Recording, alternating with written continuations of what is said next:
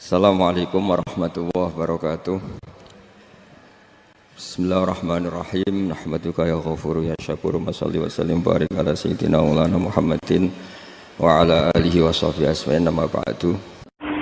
Kalau nanti ketemu murid, ya artinya yang ikut aliran Siti Jenar, dia ada sholat, ada apa, hidup di satu tempat gitu. Padahal dia bisa baca Ihya. Dulu pernah mondok di Mekah, pernah di Irak. Itu ya meresahkan para kiai. Kemudian sebagian mereka minta saya suruh ketemu. Ya walhasil kalau ketemu. Ketemu pertama ya. Jenengan Gus Ba, tapi zaman roh jenengku teu pernah tak arani muka sapa. Nggih biasa mawon. Kula ora usah kenal jenengan nggih kenal. Dadi kula nggih biasa mawon. Lalu pernah ngajar-ajaran nih. Saya Gus ning donya tak enteni mau turu ngenteni mati ngono Gus kok repot. Ijaban kula terus ya. Sampai ada wong hakikat wong ngenteni mati barang. Ya mati wis saiki iku. Rasa ngenteni saiki padha-padha wis napa? Wis mati. Ya saiki wis padha-padha wis urip. Wis padha kabeh. Nah cara ilmu hakikat kan terus sama semua. Napa? Sama semua. Ngeten iki kula niku mbok arani ijazah, mbok arani misal ya misal saunimu. Pokoke iki pokoke aku ngomong secara hak. Kula niku ya kiai, bolak-balik kadang ana wong Gus kiai kadang dijajal disantet wong. Kula nu ape ndonga tolak sandet ku isin. Isin kula iku ngeten, perkarane ngene tok Gus Hafiz. Kula lho sampean anut kula ya oleh. Ora ya ora apa-apa wong. Ora mbok nut kowe ora patheken. Isin kula ngene. Dukun santet ku ape nyantet kowe ora mantep ambek ilmune. Ya iku iso nyantet. Lah kowe hafal Quran kan kudu mantep mek Qurane kok gak pede. Lha ngono barang batil mantep mek batil, iki barang hak ora mantep mek hak. Mulane cara Nabi Ibrahim lha kowe kok ngancam aku ambek berhala la taduru wala lanfa. Dan mulane dekne Ibrahim iskal. Fa kaifa akhafu ma asyraktum wala takhafuna. Lha padha-padha kuwatir ya kuwatir kowe. Pantese malaikat Israil watuk nyekik tukang santet lha apa nyekik hafid. Mestine iku kan lah iya barang wong nyantet itu kan barang batil. Mantep mbek ilmu. Kowe hafid ora mantep mbek ilmu. Ngono cara aku isin. Lan kula donga tolak santet iki isin ora kok perkara sombong ya isin ae Gusti. Wong niku kawulane jenengan fase ke mbok turuti. Kula saleh ra jenengan turuti. Mulane ya ora cara Nabi Ibrahim ngono. Lah aku ada mbok ancam mbek berol. Mulane fakaifa cara Ibrahim kok bagaimana saya perlu rasa apa? Takut. Foto-foto wadi mestine kowe, mergo iktimat ambek barang sing la taduru wala angka. Mestine sing kuwatir dukun santete, mergo ngimani barang batil. Kok malah hafite sing wedi dasar gak wali blas. Maksudnya kira ana tak ora apa-apa lho, cuma kebangetan. Malah golek hisib. Iya karep. Nah, ngadepi aku padha saleh hisib-hisiban lah. Ngadepi dukun santet kok mau coba. Nah, ngadepi aku ora apa-apa hisib-hisiban. Tapi yo ora pegawean sekarang hisib nazar aku Hasan Asadili ku mono wali. Hisibe go nyerang ulama, yo mesti ra gelem. Malah aneh meneh. Maksudnya biar ora usah ora usah donga wis ngadepi ngono wis biasa wae eling pangeran. Lah kok misalnya kok mati tenan, apa? Mati tenan tekset.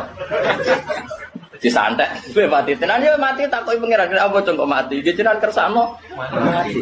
Ora kena ono sikat boten Gusti, dukun santet aja mateni wong. Sing duwe sifat al-muhi al-mumit tetep jeneng. Iku Ibrahimiyah. Kan as ngono makome Ibrahimiyah. Lah Nabi Ibrahim kan ngono. Wala akhafu ma tusyriku bihi illa ayyasha rabbi. Saya aku ora wedi blas sampai pangeran sampai berhala. Umpama aku untuk musibah ya mergo pangeran sing kersakno. Dan misale munib santet wong kok tekset. Nek kok pangeran ya akeh-akeh iya gitu. Kata koi pangeran ke jogeman muni. Kenapa nikmati? Kulo disantet tiang. Lho, berarti musyrik. Berarti ki nganggep santet yu atsir. Ngabet. Wis mate disalahno pangeran. Jogeman deh. Paham ya? Nak takoki kenapa nikmati? Mergo disantet. Mboten Gusti. Nggih pancen tulisane jenengan pun kula mati. Mumpun nggih ngoten mawon. Ya pinter. Sumput dalam gua jalalan kalau gitu. Jadi nak mati tetap kuliah tawafakum malakul mautil ladzi wukila bikum. Sing mateni kowe ya malaikat sing tugas mateni. Soal dukun santet macam-macammu profesi jen mergaine ngono ya.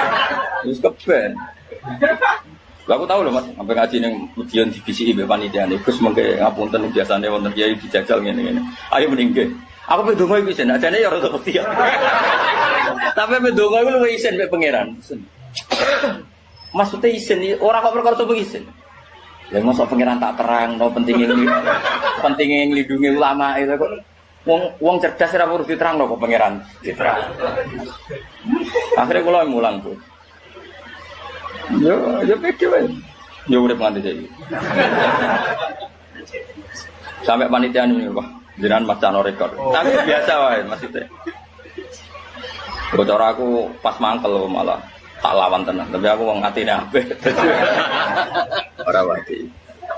Ya iki waca ayat iki. Dadi wala akhafu ma tusyriku nabihi illa ayyata rabbi saya. Terus dawe Imam Suyuti, minal makruhi yusibuni fayakunu. Dadi misale mau pe disantet dukun santet kok kowe mati. Iku cara Ibrahim ya tetep aku mati mergo kersane pangeran ora perkara dukun santet. Mergo nek meyakini dukun santet berarti pedarani ghairu wa yu'athir. Liyane Allah iku iso nglabet. Berarti tauhidmu jeblok.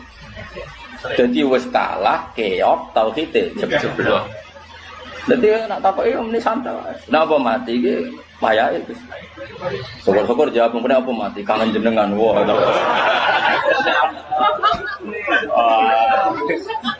Bapak malaikat berdiri paling tenane.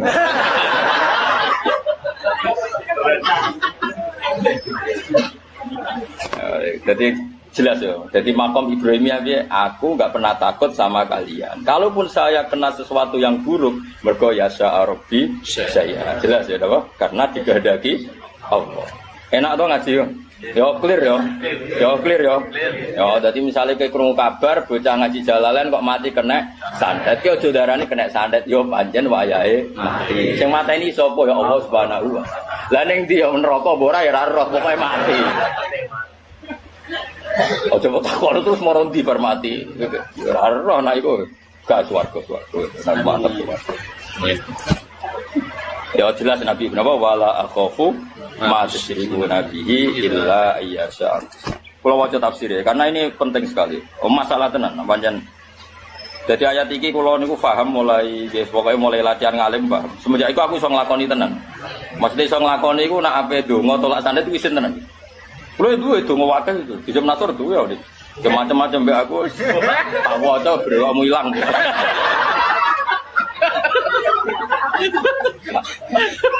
Tapi kalau ora tertarik napa. Ngelawan wong wis kalah ora tertarik. Ya jadi jelas filosofi Nabi Ibrahim, saya tidak pernah takut apa yang kamu agul-agulkan, itu matusyriku Nabi.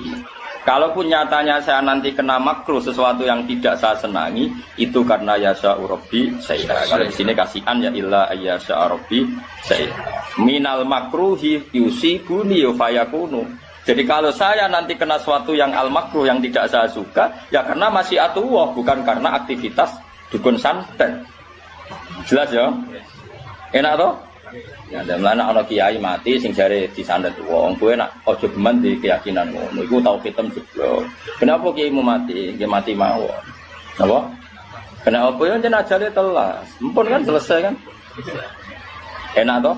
Jadi Nabi Ibrahim warning, aku ora ngarah kena musibah sebab aku ngelecehno Tuhan-Tuhan kamu yaitu berhala. Kalaupun musibah itu terjadi ya karena kehendak Allah. Kenapa Ibrahim perlu memaklumatkan itu? Kalau beliau tidak memaklumatkan ketika kena musibah, tetap ditafsirkan karena kualat ngritik berhala. Makanya seorang ulama harus memaklumatkan diri. Mulane tak umumno saiki. Suatu saat nak munib mati ya pancen kersane Allah. Ora kok perkara kena dikon sange. Ibrahim yang ngono, kan diancam kowe nak ora nyembah aku berhala, engko kowe kena elek, kena musibah. Terus Ibrahim gak ngarah saya kena musibah karena faktor berhala. Kalau saya nyatanya kena musibah ya mergo illa ayyasha Rabbi syai'a, karena masih aku. Jelas ya? Iya. Jadi bojomu ya omongi, aku iku asline semlarat. Jok rabi kuwe tambah. Tapi asline melarat iku asli. Ora kok jok kentuk kowe kudu kok terangno. Ben suatu saat melarat iku ora ono sing disalahno. Jelas ya? Bae kowe ngene iki ana asli melarat. Ora kok perkara ngaji jalan ora barokah. Ya wis pancen asline wis melarat.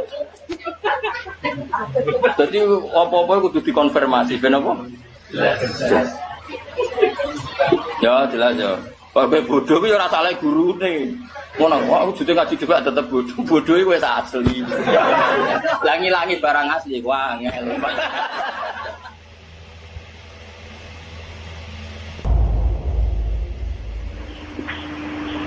Selama ini kalau orang syariat misalnya, orang syariat itu kalau ada orang mati, misalnya Kak Ruhin mati, ini aku kan muni innalillah wa inna ilaihi raji'un, saiki Ruhin wis mati. Mati itu balik ning pengen. Itu cara wong hakikat kan salah besar. Orang mati itu tidak ada, cara ilmu hakikat orang mati itu tidak ada. Roh ini tersiksa di alam fisik. Jadi ruh ini tersiksa di alam fisik. Karena ketemu ning jasate Ruhin. Tersiksa itu. Aku rewape mangane kudu kerja piring Jepang tersiksa roti. Asal roti mau tersiksa. Misalnya kiai pemangan udah kudu pidato 2 jam bareng tersiksa. Roti kenapa? Tersiksa. Mergo ora buta mangan, ora buta ngombe, tapi gara-gara melok fisik. Paham ya? Lho ini tenan ilmu kenawarai ta bener. Lah kula boten. Zaman betul lho guru waras maksudnya nggih. Artinya waras secara akademik karena ada referensi, ada marojek, nggih. Waras secara hakikat. Kula nu umpama rasake sampean wis ilmu hakikat. Artinya saya juga ngalami ilmu hakikat. Lan ketika sing aran hikam, wong ora tau mukasafah rasa dadi ulama. Entah sekian detik ulama itu harus pernah mukasafah. Biar merasakan ilmu napa? Ada. Tapi ilmu hakikat itu bisa dilogikakan sebelum sampean sampai secara musyahadah. Paling enggak bisa sampai secara logika. Manusia itu mulai Nabi Adam sampai sekarang itu kan punya roh. Dan roh itu tidak makhluk. Ya, roh itu tidak makhluk.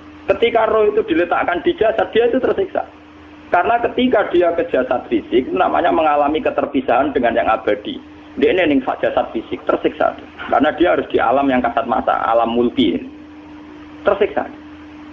Ketika dia tersiksa, melok ruhin, akhirnya dia mangan kangelan, akhirnya lesu mangan. Padahal roh gak butuh mangan, perlu dicatat roh gak butuh. Ini ora butuh gunung kidul barang, kan ora butuh rapi. Paham kan? Ini ora butuh cinta, ora butuh pegatan, ora butuh macam-macam. Paham? Tapi karena dia nemplek jasad sing butuh mangan, butuh rabi, butuh wedoan macam-macam. Akhirnya roh tersiksa. Suatu saat kalau roh ini dalam bahasa manusia mati, ini dalam bahasa manusia mati. Ini hakikatnya roh itu tidak mati, dia kembali ke habitatnya. Ini disebut innalillah. Kita ini dari awal ya dengan Allah. Wa inna ilaihi juga kemudian nanti kita pasti kembali ke Allah. Dan itu diyakini betul oleh orang wahdatul wujud. Jadi kalau roh mati itu ya tidak ada mati. Roh sekarang itu kembali karena sudah lama mengalami keterpisahan mergo melok fisik-fisik dari ono kerja dasinan, ono nggo proposal lan ruwet to roh ku melok. Paham itu. Kita di roh ku napa melok roh. Lah roh ya tersiksa aku ora butuh mangan, ora butuh proposal bocah ngalor. Itu tersiksa. Makanya dalam cerita-cerita Jalaluddin Rumi yang otentik di kitab-kitab begitu. Ketika beliau mau meninggal muridnya itu nangis. Dari Jalaluddin Rumi, kamu jangan nangisi saya ini mau pesta, saya ini mau pesta perkawinan. Kamu tidak merasakan penyesalan saya ini lama menyesal karena harus hidup bersama kamu. Terus saya ini tersiksa karena ngalami alam yang rusak, yang fana. Alam yang fana. Harusnya roh saya itu di alam abadi bukan di sini. Maka jangan tangisi kematian saya. Kematian saya adalah kembalinya roh ke habitatnya. Semenjak itu kematian dianggap malam perkawinan karena roh kembali. Walhasil ngene iku cara ilmu tasawuf bahasa Arab jenenge wahdatul wujud, kena Jawa Yogya Solo kok adanu jenenge manunggaling kawula. Mergo sing rawan ngono rugen lho, Pak. Nek tak terangno detail. Dadi bathuk mesti iki buku sujud kan niku sampeyan ilang. Dadi seksine ora ono cara teorine sinten Siti? Rugi kowe. Sedari ya gendor. Lah kali coba mantan preman jak debat terus ora ngono mbok terus tak pateni kowe. Lah debat iki ora iso. Premane kumat. Ya sam preman jak debat ilmi. Ngono ku model. Kali Joko yo ora salah, dhisik sing dina Umar nggih ngoten. Soal Umar sahabat top, lha jak debat atau milih patenane ya Rasulullah. Gak iso dene ilmiah. Mantar preman pasar ukat terus jadi sahabat top debat yang milih mate. Ada wonten cerita wong Yahudi njaluk keputusan Nabi bareng wis diputusno Nabi cek mamang ndak tenang keputusane ngono dalam sengketa duniawi Bariku takok ya Ali. Ya Ali, aku mau sowan ning Nabi Muhammad. Dikai keputusan Nabi Mamang cara kowe pilih. Sampai Ali dikai keputusan persis Kanjeng Nabi. Cek Mamang neh takok Umar. Takok Umar aku mau sing Muhammad, ning Ali dikai keputusan kok Mamang, Mar. Cara kowe piye? Urusan dunya. Enteni iki. Entah dia meleput buat apa? Uang diputus Nabi ora mar. Buat mati. Awe. Mereka mantan apa? Cara mantan intelektual atau intelektual kan ya wajar nggak uji kok percaya Nabi. Kan barang cara Ali sudah gak percaya wis kandhani. Ora mesti cara Ali kan lha ora apa patene. Ya wajar wong Yahudi kok percaya Nabi, nak percaya ora situ Yahudi Muslim. Lah Ali situ Gusdur. Lah Gusdur ra beda piye tenang. Ali nyen ngoten watake ngoten. Nasibe padha. Ali itu ilmuwan yang jadi presiden gak sukses, yang niru Gusdur. Mergo ning dinggo negara wong pinter mimpin ra sukses, wong pinter gampang maklumi. Lah misalnya kita dadi kiai wong pinter. Pak Yai santri ini pacaran. Maksud jangan ana cerita besok. Wah, ruwet. Terus malah dalil dinalina subuh syahwat minan. Piye padha tanpa pelaturan ta? Paham ya? Ruwet ta? Mulane aja geman, iki kiai pinter teman-teman aja geman.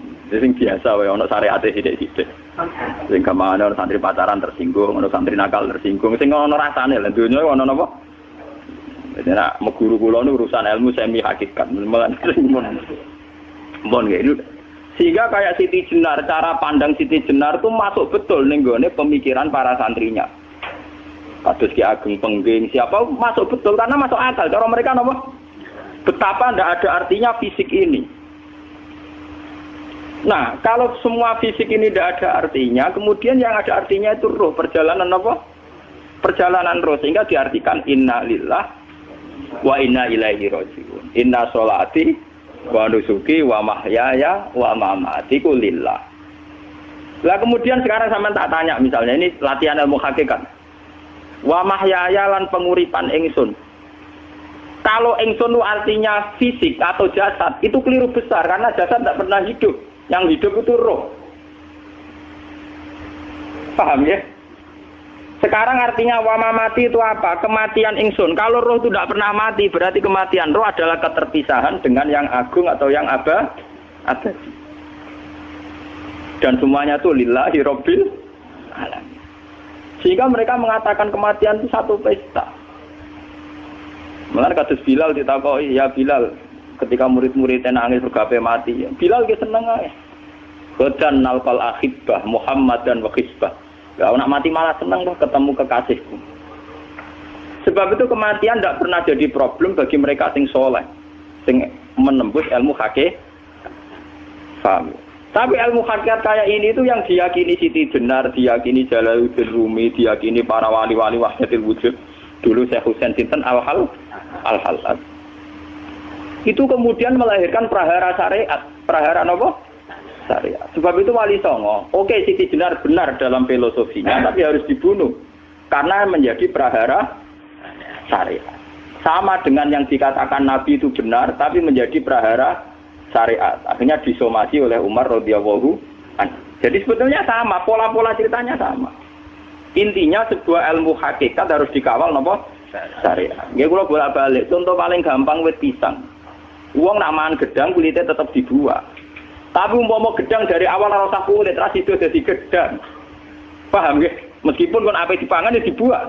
Tapi kita tidak bisa membayangkan pisang dari awal tanpa napa?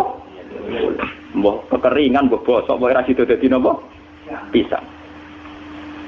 Terus pentingnya syariat lagi begini, malah nih penting ngaji wali-wali syariat yang pinter kados Sunan Kudus, kados Sunan Bonang. Andai kan tidak ada syariat itu dunia pun mesti rusak. Contoh paling gampang masalah pornografi, porno aksi. Siti Jenar aja omongi ngono ibu ngakak-ngakak deh. Dari pangeran wis pirsa, kowe nek klambi pangeran ora tentara ya ora usah klambenan. Wong ora ana gunane. Kalau yang paling penting itu nazarullah, kenapa kowe klambenan barang, wong kowe klambenan ora pangeran tetep pirsa. Nyatane si Jenar nak mulang nggih coba klambenan lah intine napa? Dinya ada nabi Sunan Bonang. Nah, aku percaya kabeh nazar ora usah napa? Kelambenan. Tetapi teori ra usah kelambenan iki dienggo tenan. Mulane nek pas wiridan aliran sesat ciri utama. Kira kelambenan tenan. Lah ruwet kok. Lho iki tenan iki cerita. Ini pentingnya ngaji nggih. Ben sampean ngerti variasi riwayat, kemudian kita orang syariat harus kayak apa, kemudian kenapa menjadi aliran wahdatil wujud. Nah terus kita ini ya, kita ini kan orang syariat. Memang kalau manung syariat itu akeh kok sampean-sampean siji mesti ra kramat. Modele ora ada duwe bingung, ruwet. Urip wong syariat lho apa? Dineng bojo wedi, dineng tangga wedi, pengaruhe menurun. Pancen orang syariat itu banyak kriminal tauhidnya itu memang jelas. Malah kiai-kiai peken nak ketemu kiai-kiai sing setengah jaga wedi mergo iso nebak atine. Ndekne meriang nang ngono. Sing kiai ra tau salat keramat padahal ngambungan wong. Sumbu dina salat 4 waktu kok ora tau keramat. Wong ape buah utang tanggane iku keramat apane? Sing kono ngawur ngawur sowan pirang. Meriang oleh syariat ngadepi wong hakikat napa? Mulane jogeman iki dadi wong syariat sing ngene iku bahaya. Nah kula mboten ngarah. Sampai dadi wong syariat sing ra keramat. Bahaya sekali itu bagi perjalanan agama.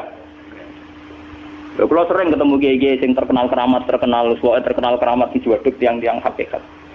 Ditantang kanca-kanca kula wani, nak tantang aku tetep rawani kok. Mikir deh. Karena orang yang sama-sama ke jalur hakikat tetap punya alamat, tetap wonten simahum biwuji min asaris sujud. Cara pandangnya mesti sama. Kalau nanti ketemu murid, ya artinya yang ikut aliran Siti Jenar, dia ada sholat, ada apa, hidup di satu tempat gitu. Padahal dia bisa baca ihya. Dulu pernah mondok di Mekah, pernah di Irak. Ini ya meresahkan para kiai. Kemudian sebagian mereka minta saya suruh ketemu. Ya walhasil kalau ketemu pertama ya. Jenengan Gus Ba, tapi zaman roh jenengku teu pernah tak arani muka sapa. Nggih biasa mawon. Kula ora usah kenal jenengan nggih kenal. Dadi kula nggih biasa mawon. Lalu pernah ngajar-ajaran saya Gus ning donya tak enteni mau turun ngenteni mati ngono Gus kok repot. Ijaban kula terus ya. Sampai ada wong hakikat wong ngenteni mati barang. Ya mati wis saiki iku. Ora usah ngenteni saiki padha-padha wis napa? Wis mati. Ya saiki wis padha-padha wis urip. Wis padha kabeh. Nah cara ilmu hakikat kan terus sama semua. Napa? Sama semua. Tadi makanya itu tadi. Kalau baleni malih logika hakikat itu begitu ya. Roh itu ditiupkan oleh Tuhan ke kita. Kemudian roh karena ikut alam fisik, alam jasad, roh ngalami yang kita alami. Nggih. Ketika roh ngalami yang kita alami, dia tersiksa. Nah, ketika roh sudah terpisah dari jasad yang mengekang, yang memenjara ini, dia senang terus kembali ke Tuhan. Ini disebut inna lillahi wa inna ilaihi. Nah, jasad ini kemudian menurut ilmu hakikat nggak ada gunanya sama sekali total. Hilang di telan tanah. Nah, kalau begitu jasad ini nak mbok agul-agulan. Gusti bathuk kula tak nggo sujud tangan kula ndi buktine tangan wis ora ana. Bathuk wis ora. Mulane dari Siti Jenar, hanya wali bodoh kayak kalian yang punya ajaran bodoh begitu. Malah rasupan terus. Mulane Sunan Kalijaga semangat kon mateni mergo tambah omongane glodro ndi. Tapi yang enggak disadari Siti Jenar yaitu tadi. Inti dari ilmu hakikat itu kan tunduk sama kersane Tuhan. Kalau sudah tunduk pada kersane Tuhan, kalau kersane Tuhan roh kita harus di jasad. Dan wujud jasad kita ini juga karena kehendak Tuhan. Kenapa yang wujudnya jasad yang karena kehendak Tuhan engkau ingkari? Sementara wujudnya roh tidak kamu ingkari. Toh wujudnya jasad ya bi iradatillah wa bi masyiatillah. Wujudnya roh ya bi wujudit bi masyiatillah wa ira. Harusnya fungsi jasad juga harus kamu akui toh Siti Jenar. Wong sekarang kita punya jasad ya bukan karena kita, karena kehendak Allah. Kenapa kamu ingkari? Berarti kamu ingkari kehendak meneng Siti Jenar.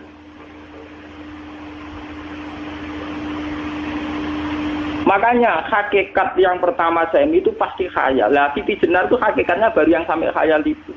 Sehingga dia tersesat. Sebetulnya kalau sudah hakikat beneran itu tidak perlu khayal begitu.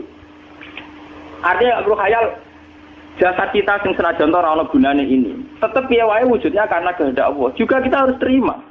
Apapun kekurangannya, apapun kenaifannya, ironisnya harus kita Terima ini sebagai bentuk penerimaan kita pada masyiatil. Begitu juga keadaan roh kita sebagai penerimaan atas masyiatil. Meskipun ada teori-teori roh yang lebih valid. Lebih valid misalnya begini. Kanjeng Nabi itu suatu saat ininya terputus karena perang Uhud. Itu Kanjeng Nabi dia dolanan drijine ini. Napa cara napa jari jemari ini Nabi putus. Iki dolanan. Jadi Nabi sendiri kadang sering ngajarkan ilmu hakikat. Hal lagi illa usbun udmiyat wa fi sabilillahi ma laqitu. Kowe ora trimo fisik, bentuk fisik jari jemari sing ditetir berdarah. Tapi nak kowe wis fi sabilillah ayo wis balik ning habitatem. Sehingga kenapa para sahabat itu ketika dicincang, ketika putus tangannya, putus kakinya, sahabat yang usul ke ilmu hakikat itu malah senang. Karena jasad kita ini kan ila sabilillah menuju jalan Tuhan. Sekali dia sudah terluka fisabilillah itu sudah menemukan formatnya. Cara teori Cina sudah menemukan formasinya. Paham gitu? Orang kok malah ngeluh itu berarti goblok kita ngeluh, paham tak? Paham ini apa? Jadi, makanya Nabi ngertikan ya itu sudah ketemu formatnya. Ketika rohnya para syuhada nanti kembali ke Tuhan ya ketemu formatnya lagi. Itu disebut wala taqulu lima yuqtalu fi sabilillahi amma. Dia tidak mati sesuai formasi awal, yaitu roh kembali ke Tuhan dan jasad ikut mengawal. Lah itu Nabi kadang ya pakai ilmu hakikat begitu. Mulane kula bolak-balik matur, kula niku nggih mulai umur 20 tahun napa pinten. Kula ngasih nggih gadah penyakit dan ekstrim penyakit saya. Sampai saat ini kalau nak ngobatno tidak lebih 50%, karena saya tetap berpikir. Misalnya cara syariat kan berobat, tapi cara hakikat apa betul keberadaan saya di alam ini penting. Sehingga aku kepengen urip tak bela-belani ngantek antek atusan juta. Jangan-jangan penting mati ikut timbang uripku. Lah nak ngono lha apa tak bela-belani? Antek atusan juta. Jadi misalnya kita berobat ya mau ya dari nabi kan berobat ya berobat. Pokoknya kita Islam ngasih mau gerutu kadang orang paham. Sekali kamu mengamati dengan sisi hakikat, coba sekarang sampean pikir, coba sekarang nggak pakai logika hakikat, pakai logika syariat saja. Saya ini misalnya asetnya 10 juta, misalnya, saya punya aset 10 juta.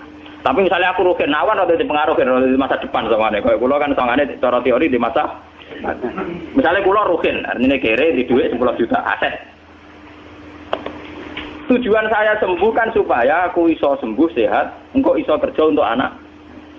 Tapi karena saya sakit nanti operasi tidak 10 juta.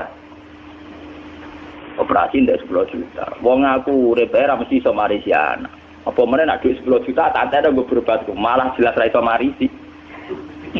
Lah nak ngono penting matiku ya dibagi 10 juta.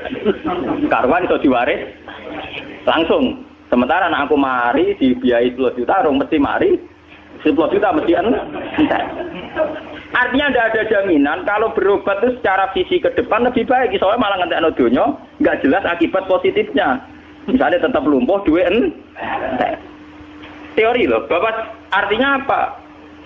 Teori hakikat tetap lebih benar bahwa hidup itu tidak ada artinya, semua itu tidak ada artinya. Berobat apa enggak berobat semuanya tidak ada arti. Teori loh gini. Sehingga kalau kita tengah-tengahnya aja tengah-tengah, kados kula misalnya loro nggih berobat. Gusti separuh kula nglakoni syariat, tapi sebagai kula ulama fikih nggih separuh kula lakoni napa? Jadi kula tetap mboten ngarah obat 100%. Tapi orang ngarah berobat wong kula tiyang napa? Syariat. Tapi memang faktanya itu begitu. Cara Kanjeng Nabi kadang Kanjeng Nabi berobat. Kadang Kanjeng Nabi wis nikine tercincang dige guyon. Wahal laki illa usbu'un utwiyat ke ora kok triji sing gak melok-melok. Nah, bukti bahwa jasad ini begitu tidak penting. Kayak Sayyid Hamzah. Menurut Sayyid Hamzah nganggep wahyu bentone ra karuan.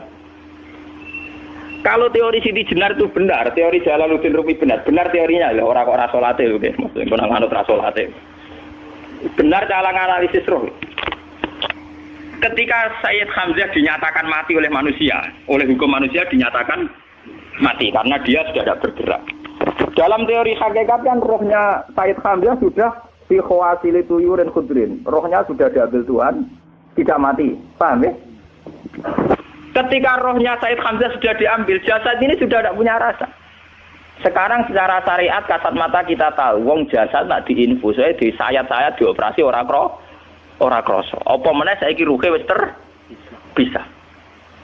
Lah ya jasad itu cek gampange dioperasi dibius saja terus tidak kerasa. Apalagi rohnya sudah diambil. Lah saiki bayangkan ketika Sayyid Hamzah itu sudah di atas. Niku kira-kira delok Wahsi ra wong bentuk. Lho wong kok baca igabus. Ketika jasad benar-benar tidak penting, kemudian jasadnya Sayyid Hamzah kan dicincang oleh Wahsi. Ketika rohnya sudah diambil kan Hamzah tidak merasakan. Berarti Sayyid Hamzah guyu-guyu Wahsi. Wahsi cek bentuk nih gabus dicincang. Paham ya? Lho niki tenan. Artinya ketika pandangan manusia iba kepada Sayyid Hamzah karena dicincang, dimutilasi oleh Wahsi. Wahsi tidak ngalami Pak Sinten, Sayyid Hamzah tidak ngalami apa-apa karena rohnya sudah bersama Tuhan. Dan iso wae Sayyid Hamzah malah guyu-guyu Wahsi. Cek goblok gabus kok dicincang. Lah nak ngono rak mirip, makanya dalam hal ini itu dalam teori roh itu sebetulnya Siti Jenar tidak sesat dalam teori roh. Tapi jangan katakan itu penemuannya Siti Jenar. Siti Jenar itu terlambat. Sebelum itu ada Husain Al-Khallas, sebelum itu ada Jalaluddin Rumi, sebelum itu juga ada sahabat, ada nabi. Cuma cara aplikasinya Siti Jenar melenceng. Jadi jangan katakan kok tak kampus-kampus. Itu pendapat Siti Jenar itu malah goblok meneng. Siti Jenar itu sanut, paham nggih maksud apa? Wis anut. Nah, teori yang sama terjadi pada Yesus Kristus. Ketika Yesus misalnya secara lahir dicincang, dimutilasi, diapakan oleh orang Yahudi. Sebetulnya rohnya dia sudah bersama Tuhan, kembali ke Tuhan Bapa, nah cara Kristen. Nah cara Islam ya balik ning pangeran. Andaikan itu iya, itu ya ada masalah karena hakikatnya dia tidak dicincang, tidak dibunuh.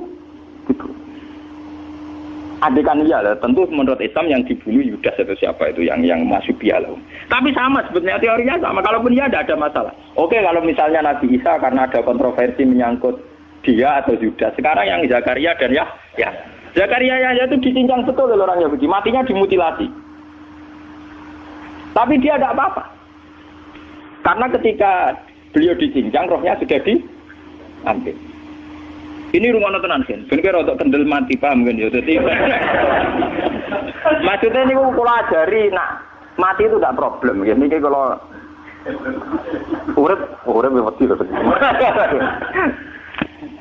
Nah ini bersamaan paham ya. Kaitan la ilaha illallah ini nanti semuanya sama kaitan sama apa? La ilaha illallah. Ini nanti ujungnya sama dengan la ilaha illallah. Begitu juga seterusnya. Misalnya Yahya kalian sinten? Zakaria. Ketika Tuhan ditanya, jadi tenggene alam malakut pangeran ditakok, ya Allah, Yahya dan Zakaria itu kan hamba pilihan engkau. Ketika dicincang kok jenengan biarkan. Endi Yahya Zakaria dicincang? Aku itu ra goblok dari pangeran. Sedurunge dekne dicincang jasate ruhe tak jipuk. Dadi dekne ora krasa blas. Begitu juga yang tafsir-tafsir sampean lihat wa Maryam. Sayyidah Maryam yang istrinya Fir'aun. Itu kan dia iman sama Nabi Musa Asiyah, ya Asiyah imro'ati napa? Fir'aun. Asiyah imro'ati Fir'aun, ya. Itu kan dihukum oleh Fir'aun. Ketika mau ditumpahi napa? Batu besar. Iku Allah ketika di pangeran, ya malaikal mauti, cepat ambil rohnya sebelum dihunjami batu besar. Terus rohnya diambil. Sebab itu dalam hukum Tuhan, Tuhan itu tidak merasa bahwa Tuhan membiarkan Asiyah, membiarkan Hamzah, membiarkan Yahya, membiarkan Zakaria. Dalam hukum Tuhan, semua orang ini roh-roh terhormat. Akhirnya nak anggo teori iki sing nyincang malah goblok wong gabus kok mbok cincang ngono. Nah anggo teori iki malah berbalik, sing goblok sing nyincang. Paham? Yo ora kok sesuai sampean kiaskan saja. Wong dibius wae disayat-sayat gak krasa. Kaya apa nak ruhe bener-bener wis tercabut terpisah. Rasane ning ndi? Iku sing disebut wala taqulu lima yuqtalu fi sabilillah napa? Lah kemudian roh ini kemana? Nah, roh itu sudah menyatu dengan kalimat tauhid. Mesti roh itu bersaksi la ilaha illallah. Itu sing disebut ning alam roh ketika Allah tanya alastu bi rabbikum mesti qalu bala. Mesti mereka jawabnya napa? Bala. Karena alam roh tentu lebih mudah bersaksi akan keberhadiran dan keeksistensi Tuhan Allah Subhanahu wa taala. Paham ya, ini sama penting. Nah, ketika kalimat tauhid sudah menyatu kayak begini, itu mesti kalimat tauhid sing mesti langsung untuk swarga. Itu dimaksud Nabi mustaiqinan biha qalbu mukhlishon biha qalbu. Ati itu kolbu kan nggak bisa kamu artikan jantung atau liver kayak teori modern sekarang. Misalnya kolbun itu apa? Dari kiai kolbun itu jantung. Nah ngono beda mek liver. Lah liver apa kabidun niku akal-akalan aja padha ora paham. Bahasa kolbun, fikrun, aklun itu sesuatu yang misteri. Lah roh ini kemudian dengan kalimat tauhid sudah menyatu disebut mukhlishon biha qalbu. Ada tingkat kemurnian hubungan roh dengan kalimat tauhid. Lah kalau begitu pasti dakhalal jannah. Karena tidak mungkin kalimat tauhid kok di neraka. Lah ini ngomong masalah-masalah hakikat. Wong sing gak tahu petualangan hakikat, momene sing sering bingung bakas duit, bayar kredit, utang jatuh tempo, ora usah melok mikir, utek wis entek go mikir duit. Sing mahasiswa sok mikir men pacaran. Sing santri-santri sok mikir hakikat tapi bekembe utang mbek kredit. Mulane anut kula mawon, kula ora pati bingung urusan donya, rada orisinal lah. Kaya kula barang rada orisinal. Artinya tingkat erotnya dari dunia sudah bagus, maksudnya pun parah lah. Wong kula jare wong dipengaruhi ora roh. Jare wong kula ngalim ora roh wis mati rasa. Jadi paham kula logika niku napa? Sebab itu ketikane pangeran kullu syai'in halikun illa wajah. Lah selain roh itu syek. Sementara roh sendiri oleh bahasa Tuhan tidak pernah dikatakan syek. Ini disebut kulir ruhu min amri. Makanya Imam Ghazali ngendikan sangat bodoh orang menyamakan roh dengan roh. Roh itu tidak kholku tapi amru. Dan dalam tradisi Tuhan kholku dengan amru itu beda. Jadi tenggene juz 8 disebut ala lahul kholku wal amru. Jadi kholku itu jasad, amru roh. Allah ini ngolahu tetap tadi Allah al-khalqu tawi khalqu penciptaan dan itu terkait jasad wal amru roh karena kulir ruhu tidak min khalqi rabbi tapi min amri. Kalau sudah amru itu manusia siapapun tidak bisa memahami yang namanya apa? Amru. Mulane kula nate ditangkep.